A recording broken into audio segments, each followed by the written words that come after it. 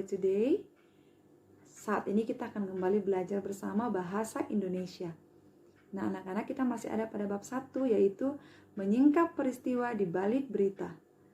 Kita masih akan membahas bagian C kelanjutannya, karena sebelumnya kita sudah belajar tentang struktur dari teks berita.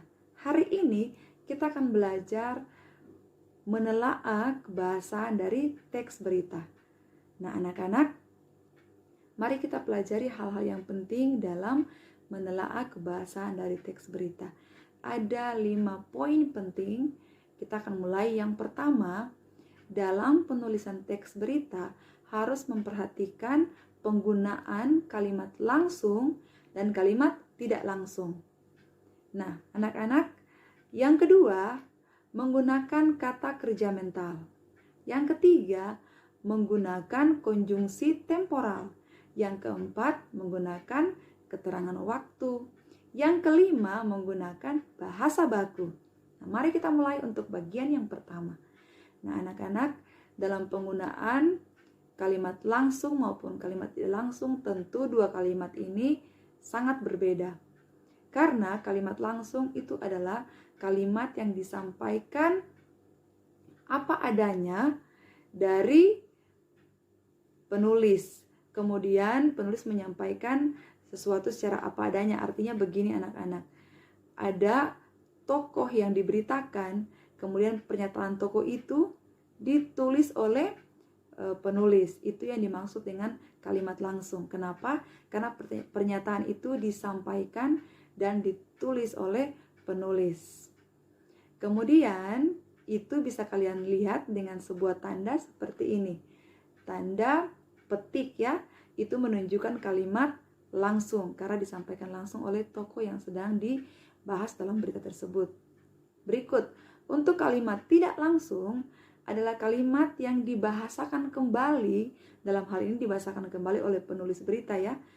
Dibahasakan kembali oleh penulis berita atau yang menyampaikan berita, tetapi tidak mengurangi inti atau maksud dari berita tersebut. Jadi artinya kedua hal ini sama ya, tidak mengurangi dari maksud dari berita tersebut, sekalipun tidak disampaikan langsung oleh tokoh yang diberitakan.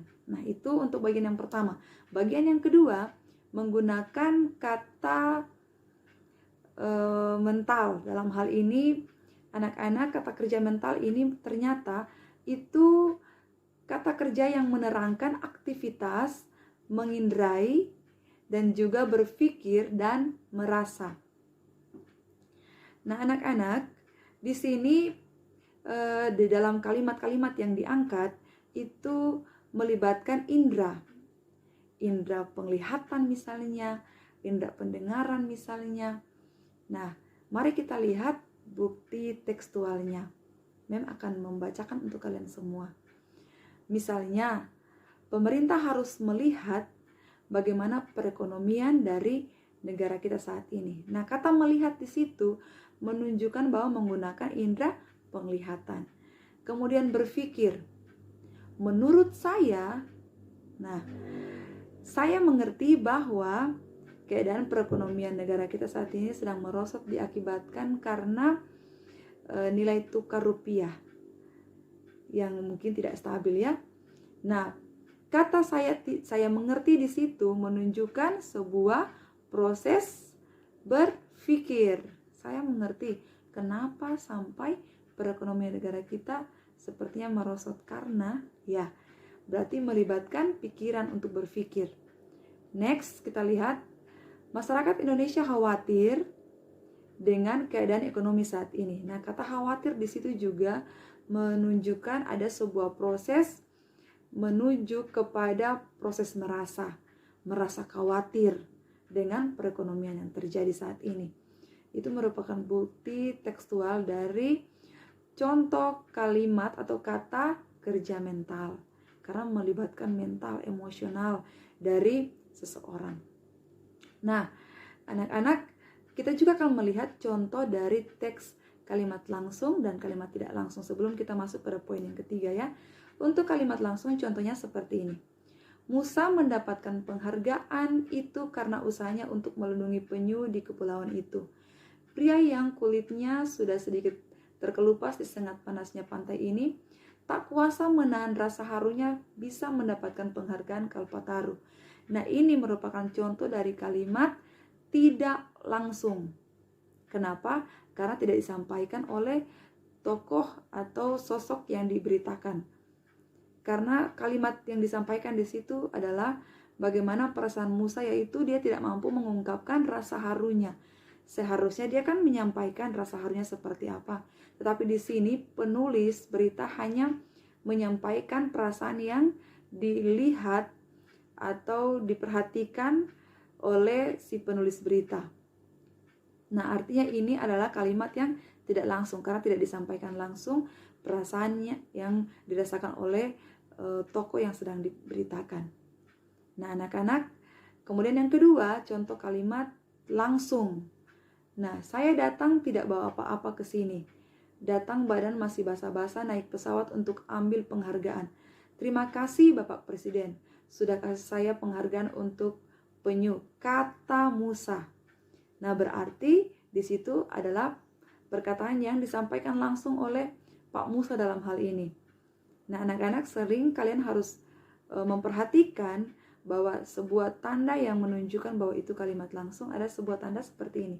Tanda petik. Nah, kalimat ini disampaikan langsung oleh tokoh yang sedang diberitakan. Jadi itu kenapa disebut kalimat langsung. Bisa mengerti ya? Oke, baik, kita sudah lihat pengertian dan contoh dari kalimat langsung dan tidak langsung dan juga kata kerja mental. Yang ketiga, konjungsi menggunakan konjungsi temporal. Nah, ini menunjukkan sebuah kata penghubung yang menunjukkan waktu. Karena kata konjungsi itu artinya kata penghubung ya.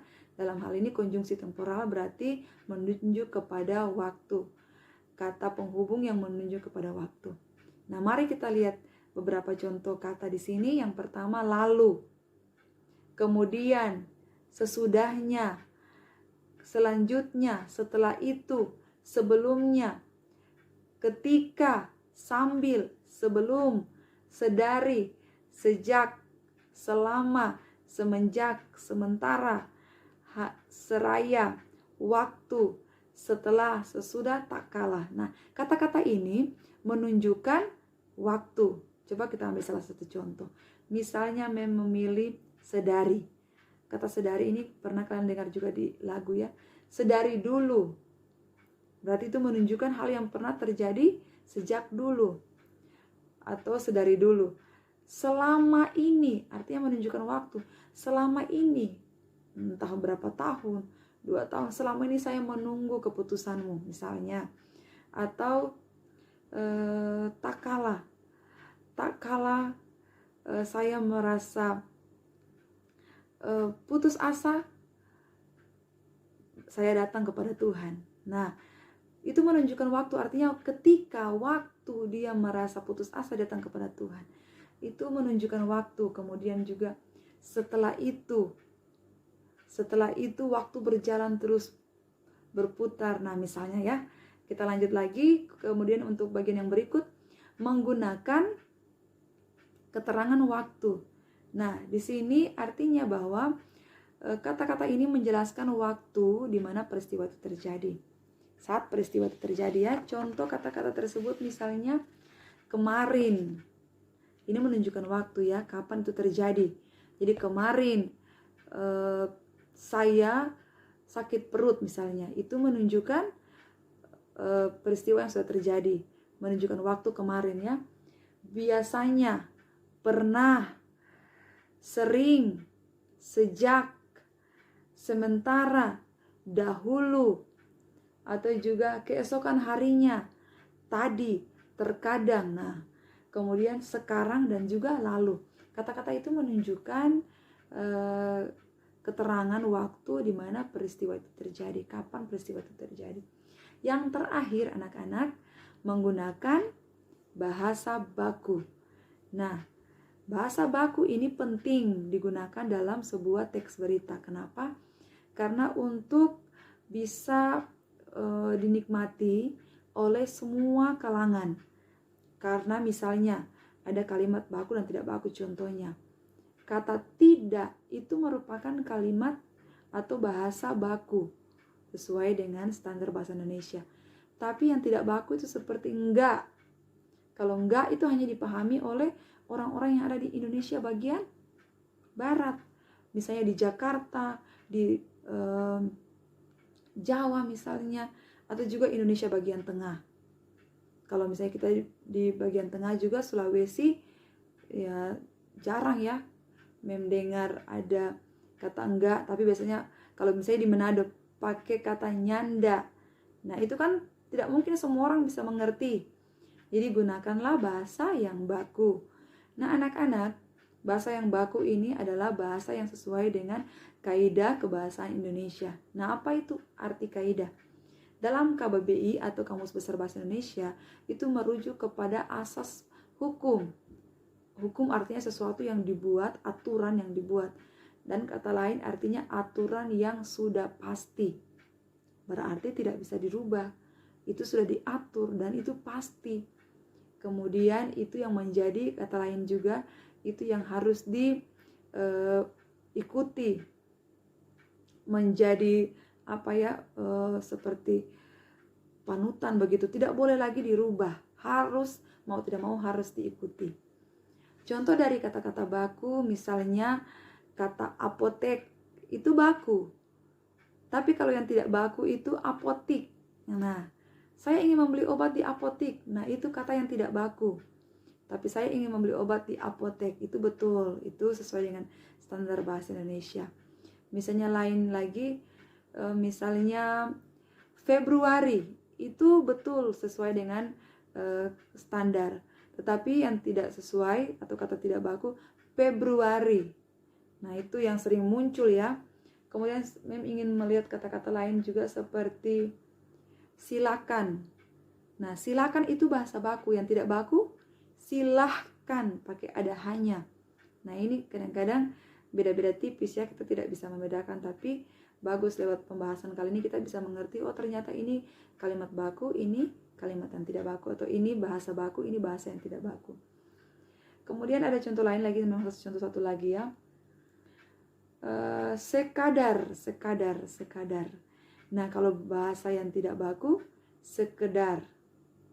Nah, ternyata kalau mau dilihat kata-kata ini, pasti kita juga merasa, oh iya ya, ternyata dalam penggunaan kita setiap hari kita sering menggunakan bahasa yang tidak baku. Tapi kalau misalnya dalam pembahasan setiap hari, misalnya bahasa hari-hari, kita tidak apa-apa ya sesekali menggunakan bahasa yang tidak baku. Tetapi di dalam penulisan dari teks berita wajib menggunakan bahasa baku.